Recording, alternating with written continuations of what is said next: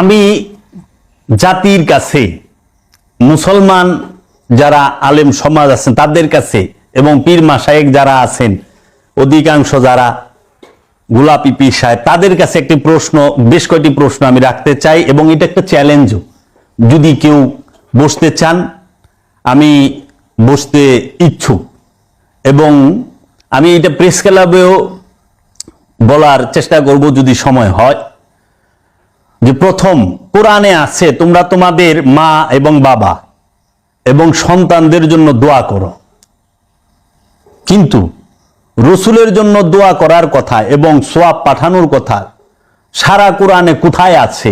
এমন কি কোনো আলেম আছেন, এমন কি কোনো পীর সাহেব আছেন যে দেখাইতে পারবেন সারা কোরআন মাজিদ থেকে যে আল্লাহ বলছে রসুলের জন্য একটু দোয়া করতে, রসুলের জন্য সোয়াব পাঠাইতে? এইটা কুফুরি আকিদা, এটা সম্পূর্ণ কুফুরি আকিদা, বেয়াদবি।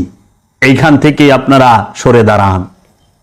2 নাম্বার, যারা রুহের জন্য মাগফিরাত কামনা করেন অথবা রুহের জন্য সোয়াব পাঠান এবং রুহের 5 ভাগ করেন, তারা নিজেদেরকে আলেম এবং পীরে কামেল বলে দাবি করেন। আমি বলতে চাই তারা আলেম নামের জাহেল এবং তারা কামেল হইতেই পারে না, পীর নামের পিশাচ এবং এর যোগ্যতাও রাখে না। যেই সমস্ত আলেম, যেই সমস্ত বাউল শিল্পী এবং যেই সমস্ত পীর মাশায়েখগণ রা রুহের 5 ভাগ করেন এবং রুহুর জন্য দোয়া করেন, রুহের সওয়াব পাঠান, রুহের মাগফিরাত কামনা করেন, এদেরকে আমি চ্যালেঞ্জ করলাম, যদি জগতে এইরকম কেউ থাকেন প্রেস ক্লাবে আসবেন, বসবো। আমি সব সময় রাজি আছি ফকুরনির দরবার শরীফে, কিংবা আমার সাথে ব্যক্তিগত ভাবেও যদি বলেন, আমি কোরআন থেকে দলিল নিয়ে বসবো। সারা কোরআনে রূহ সম্পর্কে 21টি আয়াত আছে, আমি সেই আয়াত নিয়ে বসবো। এক জায়গায় রূহ মৃত্যুবর স্বাদ গ্রহণ করব, অথবা রুহের কোনো ভাগ আছে কেউ দেখাইতে পারবেন? যারা বলেন রুহে হাইওয়ানি, রুহে নাবাতি, রুহে জামাতি, রুহে ইনসানি, এই যে বিপর্যয়, এই যে অজ্ঞতা, এর থেকে বের হবেন কবে আপনারা? রূহ স্বয়ং কুলুর রুহি মিন আমরি রব্বি, রূহ হচ্ছে রবের আদেশ, রবের আদেশ রব থেকে আলাদা না। আবার আল্লাহ বলতেছে ইউতি মাইয়াশাউ, আমি যাকে খুশি তাকে দেই, উলকির রুহা, আমরা রূহ নিক্ষেপ করি। ইউতি মাইয়াশাউ, যাকে খুশি তাকে রূহ নিক্ষেপ করা হয়, যে আর খুশি তার উপরে আল্লাহ রূহ নিক্ষেপ করে। রূহ নাজেল হয়, রূহ তো মিয়া সৃষ্টিই না। তানাজ্জালুল মালাইকাতু ওয়ার রূহ, সূরা কদর, রূহ নাজেল হয়। তাহলে আপনারা রূহকে সৃষ্টি কিভাবে বলেন? যে সৃষ্টি না তার জন্য কিসের দোয়া?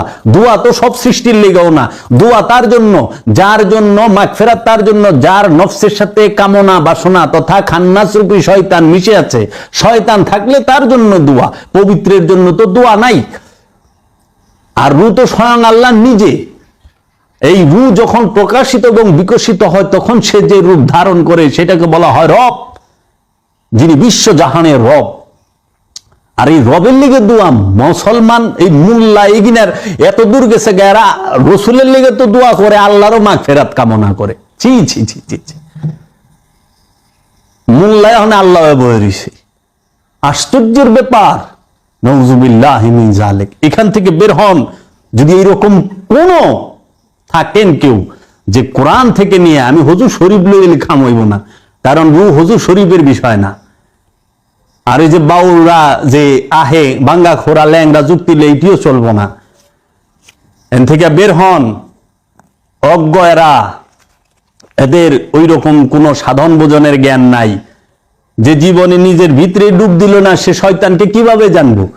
সে রসুলকে কিভাবে জানবো? খোদাকে কিভাবে জানবো? কারণ শয়তানও থাকে আমার কলবে, আল্লাহও থাকে, কোরআন বলতেছে, সমস্ত ধর্মীয় গ্রন্থগুলো বলতেছে, খোদাও থাকে আমার নফসের নিকটে। নাহানু আকরাবু ইলাইহি মিন হাবলিল ওয়ারিদ, আমার জীবন রোগের নিকটে আল্লাহ অবস্থান করে। তাইলে শয়তানও আমার ভিতরে, খোদাও আমার নফসের নিকটে, তা আমার ভিতরে জীবন আমি ডুবি দেই নেই, তাহলে আমি কেমনে রহস্য পাব? আমি সারা জীবন সবার খোঁজ খবর জানছি, নিজের খবর জানি নাই। রুহের জন্য সোয়াব পাঠানো এবং রসুলের জন্য সোয়াব পাঠানো এটা সম্পূর্ণ কোরআন বিরোধী কথা এবং কুফরি আকিদা। যদি কেউ এই ব্যাপারে কোরআন দর্শন নিয়ে বসতে চায় তাহলে আমি প্রেস ক্লাবে বসতে রাজি আছি। আমার এটি রইল, যদি এইরকম কোন আলেম ওলামা পীর মাশায়েখ থাকেন সাদরে আমন্ত্রণ রইল। তারপরে নবী এবং রসুলের জন্য দোয়া করা এবং রুহে মাগফিরাত এবং সওয়াব পাঠানো আমাদেরকে কে শিখিয়েছে? তাহলে আমার প্রশ্ন যে নবী এবং রসুলের জন্য দোয়া করা এবং রুহের মাগফিরাত কামনা করা, রুহে সওয়াব পাঠানো, এটা আমাদেরকে কে শিখাইলো? কই থেকে শিখলাম আমরা?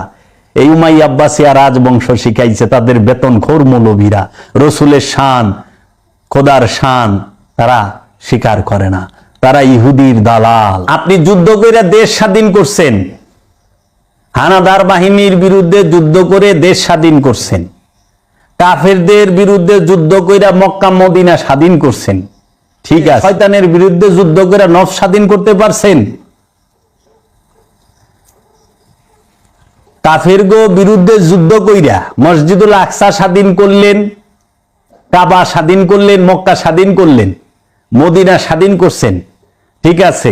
বাংলাদেশের মুক্তিযুদ্ধ কইরা আপনি হানাদার বাহিনীর বিরুদ্ধে দেশ স্বাধীন করছেন, কিন্তু আপনি খান্নাস রূপী শয়তানের বিরুদ্ধে যুদ্ধ কইরা জিহাদ কইরা আপনি নফস স্বাধীন করতে পারছেন না? আপনার নফস তো স্বাধীন নয়। এর জন্য দেশ স্বাধীন করছেন, মক্কা মদিনা স্বাধীন করছেন, নফসকে স্বাধীন করবেন না? কারণ আপনার সমস্ত কিছু তো আপনারই বহন করতে হবে। একটু চিন্তা করুন।